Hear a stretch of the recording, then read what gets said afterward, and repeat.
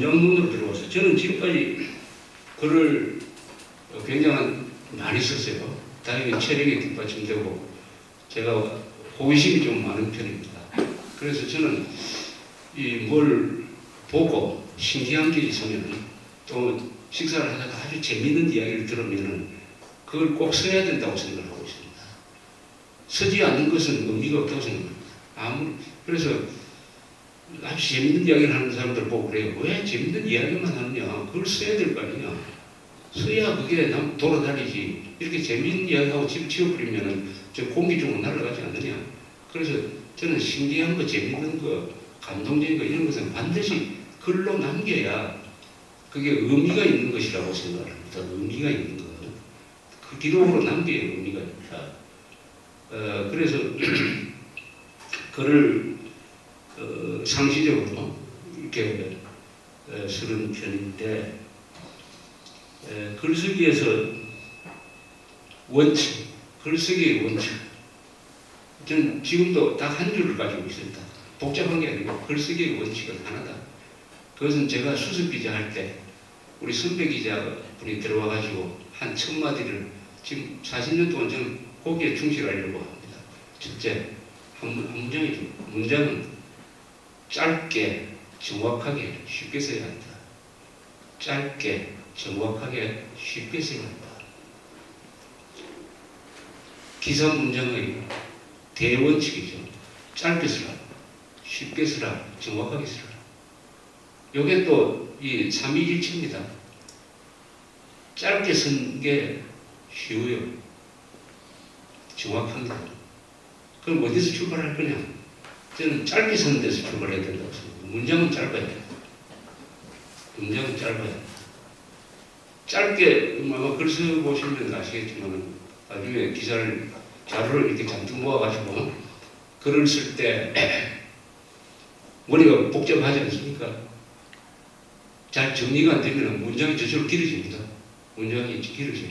근데 정리가 딱 돼가지고 아주 선명한 상태에서 글을 쓰기 시작하면 문장이 짧아집니다. 거꾸로 문장을 짧게 써야 생각이 명료해진다. 긴 글을 쓰는데도 이 구성이 탄탄해진다. 이런 이야기 아니겠습니까? 그래서 우선 시작은 문장을 짧게 쓰자. 짧게 쓰려면 어떻게 되냐? 생략이 많아요. 뭘 생략할 거냐? 문장에서 기본적인 것은 주어와 동사, 명사, 동사, 그 이외에 형용사, 부사를 가능하면 생략하자. 그 다음에 적두사 뭐 있죠. 그런데, 그러나, 한편. 그런 것을 하나도 쓰지 말자. 그러나, 그런데 이것은 안 써도 그 앞뒤 문장의 연결만 맞추면 다 생략할 수가 있다. 그를 이타가 그런데, 한편, 그러나 뭐 이런 게 나오면 갑자기 그런 게 뚝 끊기고 미학적으로 별로 좋지 않아요. 쉽게 이렇게 흘러가지가 않습니다. 그래서 글을 짧게 쓰자. 뭐 그런 걸 등등을 모아가지고 오늘 나눠드린 여기에 제가 메모를 했습니다. 여기 직업적으로 글 쓰신 지가 벌써 오래되신 분들한테는 다 이게 별 소용없는 게 될지 모르겠지만 뭐 그래도 하나의 그 상기시키는 의미에서 제가 그 좋은 글 쓰기의 일반 원리 이렇게 해봤습니다. 첫째, 글을 잘 쓰겠다는 욕심을 버려야 글쓰기의 두려움도 없어진다. 글을 잘 쓰겠다, 뭐 명언을 남기겠다, 기가 막힌 표현을 한번 해보겠다 하는 그런 욕심을 갖지 말자는 것이죠. 명문보다는 정확하고 쉬우며 짧은 문장이 더 좋다. 수식어보다는 명사와 동사를 많이 써야 한다. 무엇을 쓸 것인가? 글의 주제를 생각하고 또 생각하라. 그 글이 자기가 쓴 기사가 얼마나 의미 있는 글이 되느냐, 아니면 얼마나 많은 사람들이 읽게 되느냐, 또는 사회에 어떤 영향을 주느냐, 거의 80% 정도는 어디서 결정되느냐, 무엇을 쓰는 겁니다. 주제. 뭘 주제로 쓸 것이냐. 주제입니다. 주제의식이죠. 뭘 쓸 거냐가 그 글을 성공의 80%를 좌우한다. 이렇게 됩니다. 뭘 쓸 거냐 하는 것이 뭐냐, 뭐가 중요하다는 거죠. 이 세상은 뭐 너무나 복잡합니다. 그 중에서 뭘 써야 되느냐, 그것은 자기가 결정한 거예요. 자기가 결정한 거예요. 뭐 신문사에서 뭘 써라, 그걸 쓰는 그거 말고 지금 제가 창의적으로 대부분의 잡지가 그렇지 않습니까? 자기가 아이디어를 내가지고 난 이걸 쓰겠습니다 하고 했을 때 쓰는 거 아닙니까? 위에서 편집장이 이걸 쓰라고 해가지고 쓰는 것도 있죠. 그것보다는 자기가 먼저 아이디어를 내가지고 누가 뭘 쓰라고 하기 전에 내가 이걸 쓰겠습니다라고 먼저 제시를 해가지고 그게 채택돼가지고 써야 쓰는 사람도 신이 나는 거 아닙니까? 타율적으로 쓰는 것보다 자율적으로 쓴다. 그러려면 기사 아이디어가 좋아야 된다. 이걸 쓰겠다는 주제의식이 나와야 된다. 그 주제의식. 뭘 쓸 거냐 하는 이 주제의식. 그걸 어떻게 잡느냐. 그건 한마디로 이야기할 수 없지만 그 사람이 가지고 있는 평소의 안목, 호기심, 가치관 이런 거와 관계되는 것입니다. 예컨대 제가 한 몇 달 전에 테헤란로를 한번 끌고 갔어요. 저기 삼성역에서 교대역까지 제가 시간이 많아서 운동삼아 한 1시간 반 걸렸습니다. 걸어가면서 간판도 구경하고 해서 제가 글을 하나 썼어요. 여기서 많은 기사거리를 주울 수 있겠다 생각이 되었습니다. 그가 10km 되는 우리나라에서 가장 번잡한 거리에서 저는 몇 가지를 봤어요. 첫째, 간판에서 한자가 써져 있는 간판이 5개밖에 안 됐어요. 영어 아니면 한글이었습니다. 그러면 한국에 오는 관광객이 한 700만 명 될 거예요. 그 중에 한 70%는 한자 문화권에서 옵니다. 중국, 한국, 대만. 이 사람들한테는 테헤란로가 이거 완전히 사막 같겠구나. 우리가 예컨대 영어를 좀 이해하니까 미국에 가서 간판 보면은 뭐 대충 감을 잡을 수가 있는데 저 중동에 가서 아랍 문자로 막 간판이 써야지 그런 동네에 딱 가면 이 방향 감각이 안 잡히고 아주 당황하는 것 같은. 그래서 이런 식으로 하면은 이런 식으로 한글 전용을 해서 간판에 한자를 안 쓰면은 앞으로 관광객이 계속 오겠느냐 하는 그런 생각을 하고 하나 했어요. 그 다음에 보도블록이 제대로 평평하지가 않습니다. 보도블록이 큰 건물 앞에는 그 건물주가 보도블록을 자기 돈으로 하니까 아주 매끈하죠. 그렇지 않는 데는 보도블록이 울퉁불퉁합니다. 그래서 여자분들은 가끔 그 하의를 채워가지고 넘으시죠. 하의를 채워 넘으시죠. 지금 삶의 질이 세계에서 12등이라는 한국에 보도블록을 아직도 제대로 못 넣는다. 보도블록. 이 보도블록에 대한 연구를 하면 좋은 기사가 되겠다는 생각이 들었어요. 왜 한국은 보도블록을 제대로 못 넣느냐? 보도블록을 어떻게 넣느냐? 일본에 가면 보도블록을 세로로 이렇게 파가지고 넣지 않습니까? 우리는 얇게 이렇게 판을 위에 얹어가지고 그래서 밟히는 대로 이렇게 흔들흔들하고 부서지고 이렇게 한다. 보도블록을 왜 제대로 못 가느냐? 행정기관 취재를 해보면 그게 뭐 많은 비리도 있을 거예요. 문제점도 있을 겁니다. 보도블록을 제대로 못 가는 나라가 이 선진국이 될 수 있다고 생각합니다.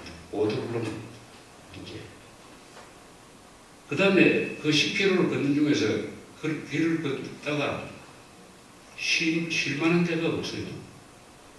상징물이 없습니다. 그 10km 안에 동상이라든지 무슨 유적과 관계되는 설명서라든지 그런 게 없고 역사가 느껴지지 않았습니다. 등등 이 주제를 어떻게 잡느냐 하는 것에 대한 고민은 사실은 자신에 대한 고민이죠. 얼마나 호기심이 많고 관찰력이 있는 사람을 만들 거냐.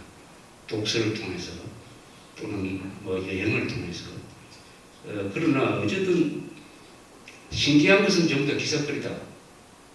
의문나는 것은 전부 기사거리다. 거기에 대해서는 기사로서 대답해 줘야 되는 기자의 의무가 있다. 이렇게 생각을 합니다.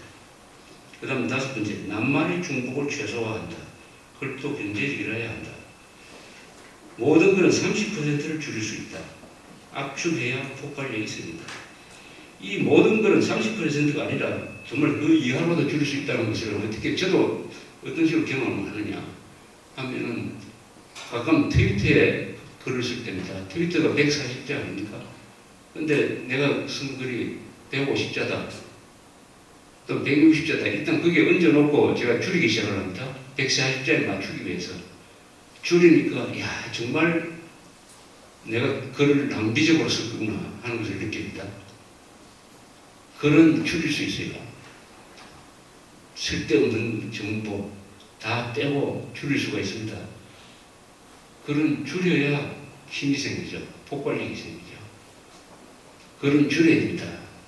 그래서 저는 편집을 할 때 글을 많이 줄였어요. 30% 줄일수록 더 글은 좋아집니다.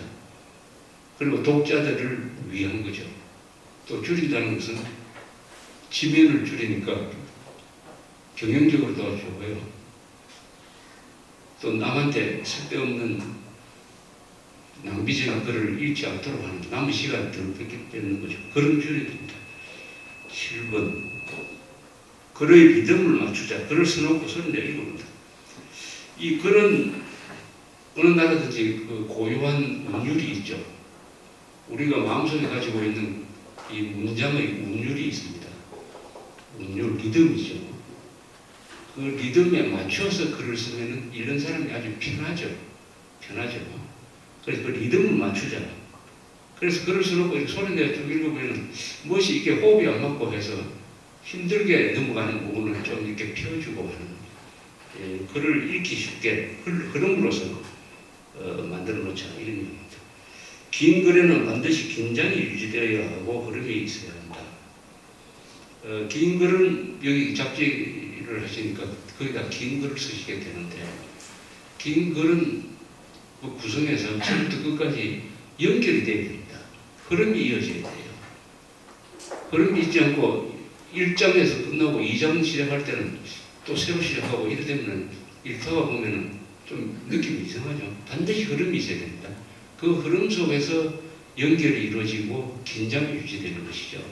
그러면 긴 글이 길지 않게 느껴지는 것입니다. 그래서 이 구성은 여러 가지 방법이 있습니다.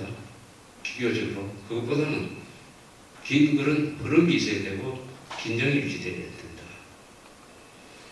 의의력은 독서의 축적이다. 잘 쓰려면 많이 읽어야 된다. 이건 잘 아시는 분이에요. 잘 쓰기보다는 많이 씁니다. 글의 원료는 의의력이고 자료와 생각이다. 생각을 많이 해야 된다. 자료를 많이 수집해야 된다. 그러나 의의력은 단숨에 발전시킬 수 없다. 평소에 많은 독서와 글쓰기에 의해서 만들어진 것이다. 글은 즐겁게 써야 한다. 글은 말처럼 인간의 본능이다. 명언, 명문, 명연설집 그리고 사연류를 항상 곁에 두어야 한다.